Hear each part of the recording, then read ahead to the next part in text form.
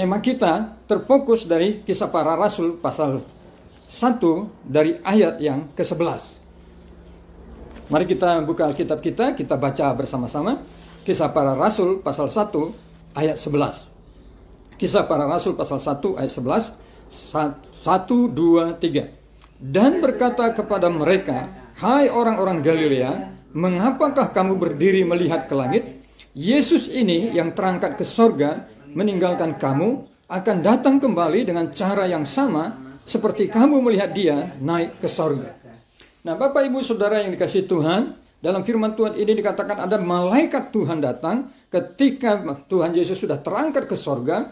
Maka dikatakan ada di dalam ayat 10, maka berdirilah 2 orang yang berpakaian putih dekat mereka, yaitu malaikat Tuhan. Lalu malaikat ini yang diutus dari sorga memberikan sebuah pernyataan, deklarasi, pemberitahuan kepada para rasul dengan berkata, "Hai orang-orang Galilea, mengapakah kamu berdiri melihat ke langit?" Nah, mungkin ketika Yesus terangkat itu adalah sebuah peristiwa yang luar biasa indahnya, luar biasa keajaibannya. Maka para rasul ini matanya masih tetap terpaku ke atas karena masih begitu terharu akan perpisahan dengan Tuhan Yesus. Lalu malaikat ini berkata, "Yesus yang terangkat ke sorga meninggalkan kamu."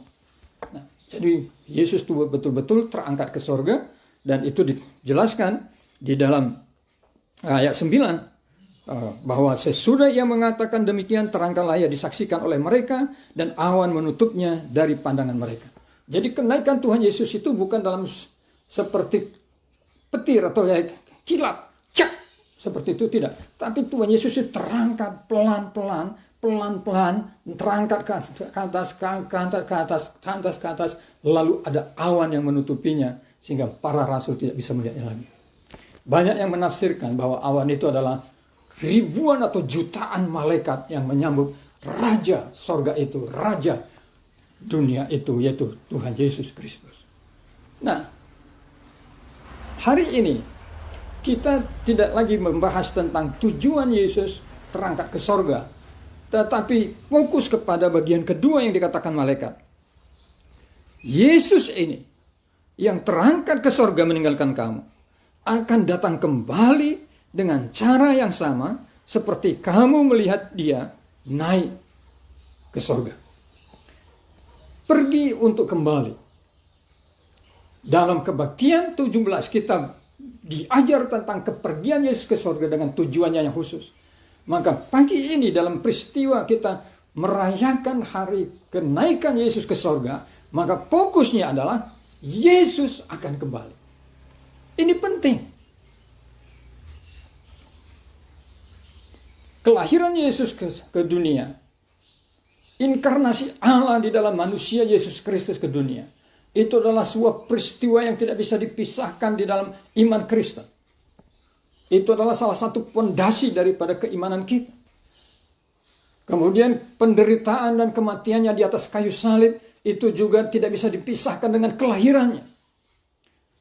Karena kematiannya itu berkaitan dengan mengapa dia harus lahir ke dunia ini, itu untuk menembus dosa manusia.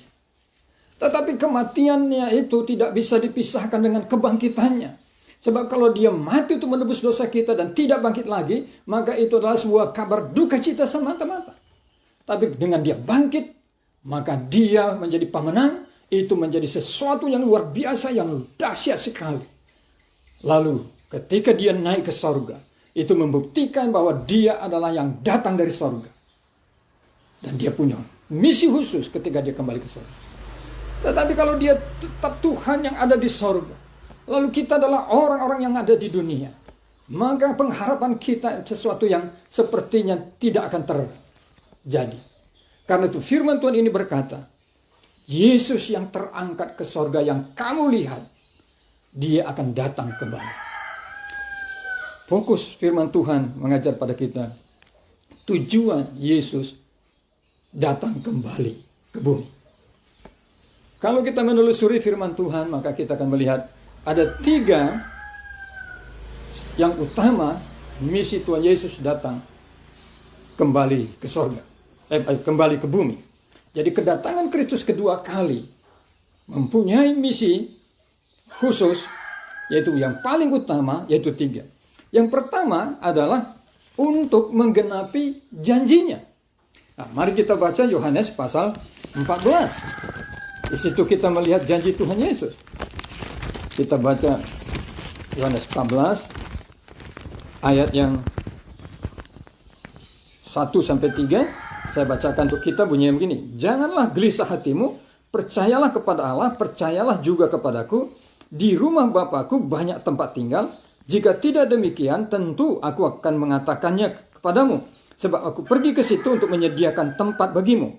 Dan apabila aku telah pergi ke situ dan telah menyediakan tempat bagimu, aku akan datang kembali dan membawa kamu ke tempatku, supaya di tempat di mana aku berada, kamu pun berada. Di dalam kitab Injil berulang kali Tuhan Yesus menyatakan bahwa anak manusia akan datang kembali. Dan anak manusia itu menunjuk kepada dirinya. Lalu dalam Yohanes 14 ayat 3, dengan tegas Tuhan Yesus berkata bahwa aku akan kembali. Jemaat dekemistri yang dikasih Tuhan. Kedatangan Kristus kedua kali adalah sebuah janji yang disampaikan oleh Tuhan Yesus. Dan itu adalah sesuatu yang penting dalam hidup kita sebagai murid Tuhan. Hidup kita sebagai anak-anak Allah. Karena apa? Karena kita hidup di dalam janji Tuhan. Jika kelahiran Tuhan Yesus adalah menggenapi janji-janji Allah yang disampaikan oleh para nabi. Kemudian bahwa penderitaan dan kematian Yesus juga adalah menggenapi daripada isi yang disampaikan dalam kitab Taurat, Mazmur, dan para nabi. Bahkan Yesus juga menubuatkan bahwa dia akan mati. Lalu dia juga berjanji bahwa dia akan bangkit. Dan itu semua terjadi. Lalu dia naik ke sorga. Dia berkata, lebih baik aku pergi supaya kamu, demi untuk kamu, karena Roh Kudus akan turun atas kamu. Dan Roh Kudus turun. Artinya apa? Janji-janji itu digenapi. Karena itu Yesus juga akan menggenapi janjinya bahwa dia akan datang kedua kali. Karena janji Tuhan adalah ya dan amin. Di dalam diri Tuhan tidak ada dusta. Di dalam diri Tuhan tidak ada kebohongan. Jadi kalau dia berjanji, maka dia akan menggenapi. Jangan tanya tanggal berapa, bulan berapa, tahun berapa Yesus akan datang kembali. Karena kalau itu yang Bapak Ibu Saudara tanyakan, Tuhan Yesus berkata, tidak ada seorang pun yang tahu. Tetapi Tuhan Yesus berkata, berjaga-jagalah. Waspadalah. Sebab kedatangannya yang kedua kali adalah seperti kedatangan pencuri. Percaya atau tidak? Setuju atau tidak? Yesus pasti datang kedua kali. Karena dia telah berjanji dan janjinya, firman-Nya selalu digenapi. Ini tujuan Tuhan Yesus datang kembali ke bumi sesudah kenaikannya ke sorga. Yang kedua, mari kita baca sama-sama dari Titus pasal 2. Titus pasal 2. Kita baca firman Tuhan dari Titus pasal 2. Kita baca dari ayat 12. Kita baca dari ayat 11 sampai 14. Saya bacakan untuk kita Titus pasal 2 ayat 11 sampai 14. Bunyinya demikian. Karena kasih karunia Allah yang menyelamatkan semua manusia sudah nyata.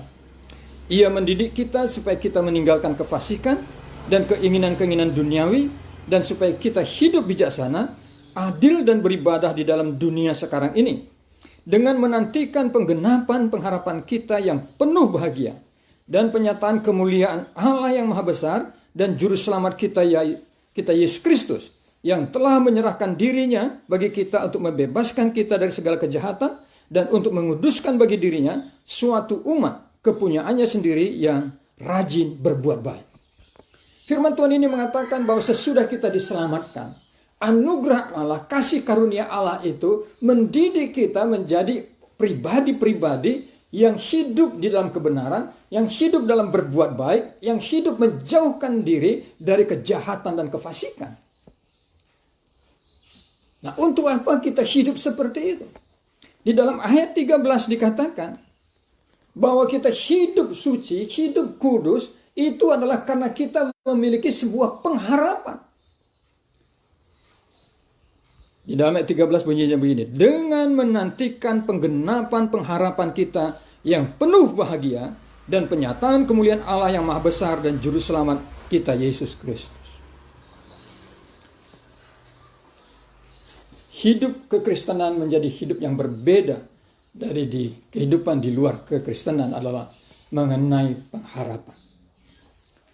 Saudara dan saya yang di dalam Tuhan Yesus adalah orang-orang yang punya pengharapan.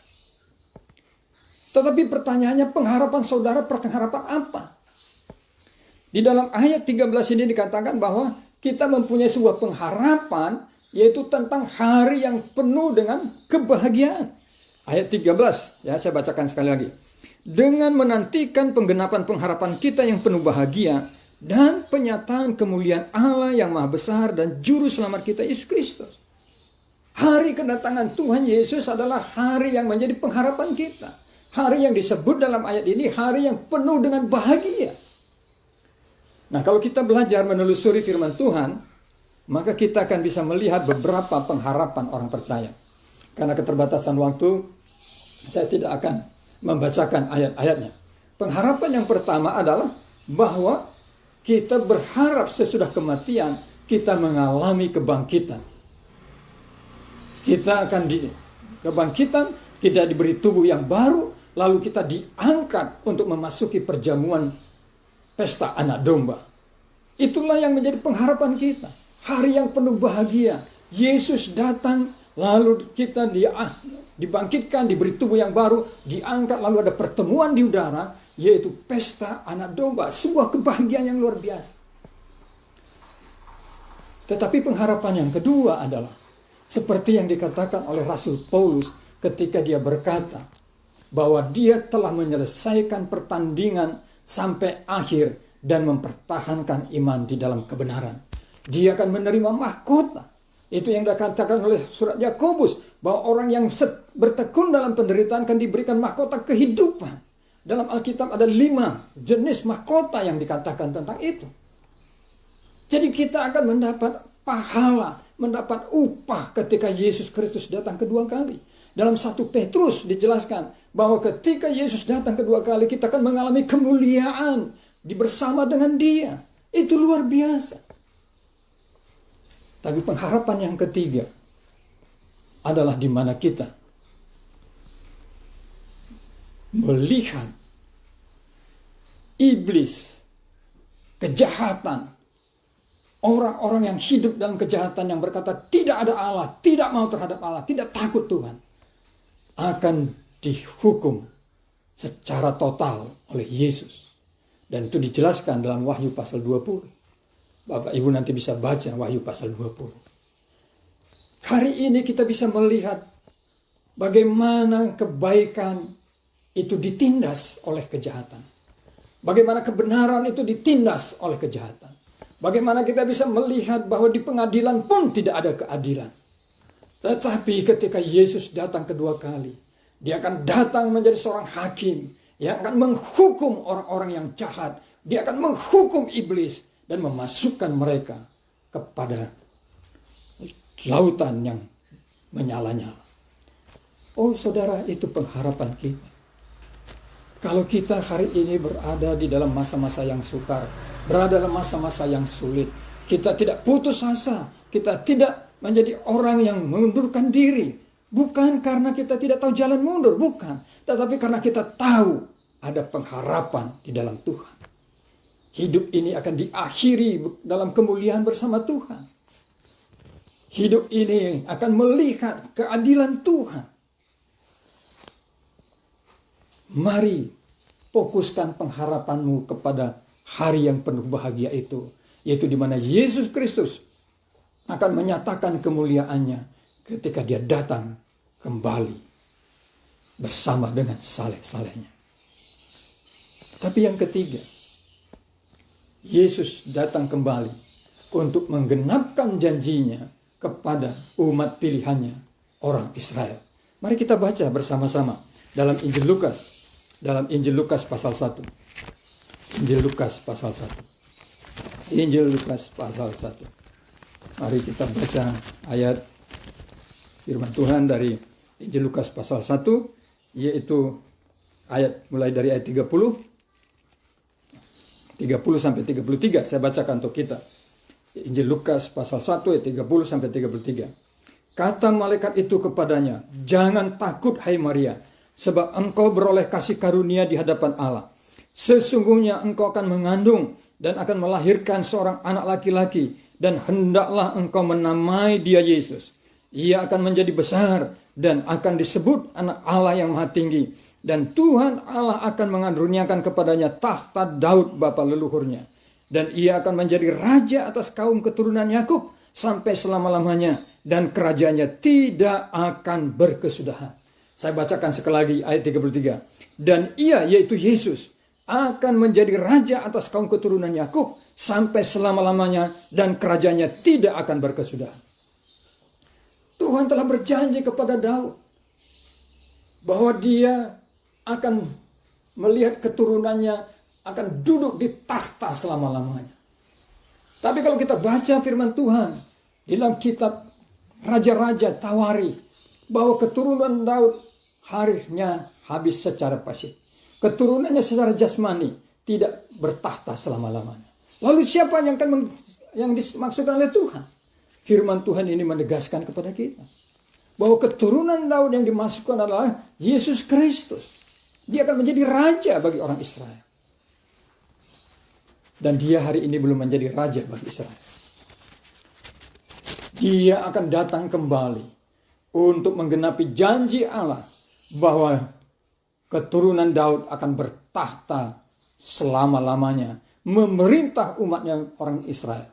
Dan itulah yang terjadi di dalam kerajaan 1000 tahun yang disebutkan di dalam kitab Wahyu. Kerajaan damai sejahtera yang disebutkan di dalam kitab Yesaya. Yesus datang untuk menggenapi janjinya, untuk menggenapi pengharapan orang percaya, bahwa orang percaya akan dimuliakan bersama dengan Tuhan, bahwa orang percaya akan melihat keadilan Tuhan dinyatakan dengan menghukum iblis dan kejahatan dan orang-orang yang fasik. Tetapi dia juga datang untuk menggenapkan janjinya bagi umat pilihannya, bangsa Israel, yaitu untuk menjadi raja yang bertahta selama-lamanya bagi keturunan Yakub. Dan itu adalah kerajaan 1000 tahun. Yang keempat, yang terakhir, adalah di mana Yesus datang untuk memulihkan dunia. Wahyu pasal 21 berkata, "Maka turunlah langit baru dan bumi baru." Dunia ini akan hancur. Dunia yang kita diami ini akan lebur. Tetapi Yesus akan memberikan dunia yang baru, yang keindahannya, kemuliaannya melebihi daripada Taman Eden di dalam Kejadian pasal 1 dan 2. Terpujilah Tuhan bahwa dia tidak hanya pergi ke surga untuk memberikan Roh Kudus bagi kita, menyediakan masa depan kekal di surga bagi kita, dan amanat agung yang luar biasa. Tapi dia akan datang kembali. Karena itu mari kita giat melaksanakan perintah Tuhan. Mari kita menjadikan diri kita sebagai murid Kristus. Mari kita pergi untuk menjadikan orang lain murid Kristus. Mari kita rajin berbuat baik. Karena kita tahu ketika dia datang, semuanya itu tidak sia-sia. Tetapi juga mari terus bertekun. Terus bertahan. Jangan tinggalkan Yesus. Apapun yang mengecewakan dalam hidupmu, percayalah sama Tuhan. Pengharapanmu tidak sia-sia. Karena dia datang memberi upah dan pahala bagimu. Terpujilah Tuhan yang janjinya, firman-Nya, ya dan amin. Kita berdoa.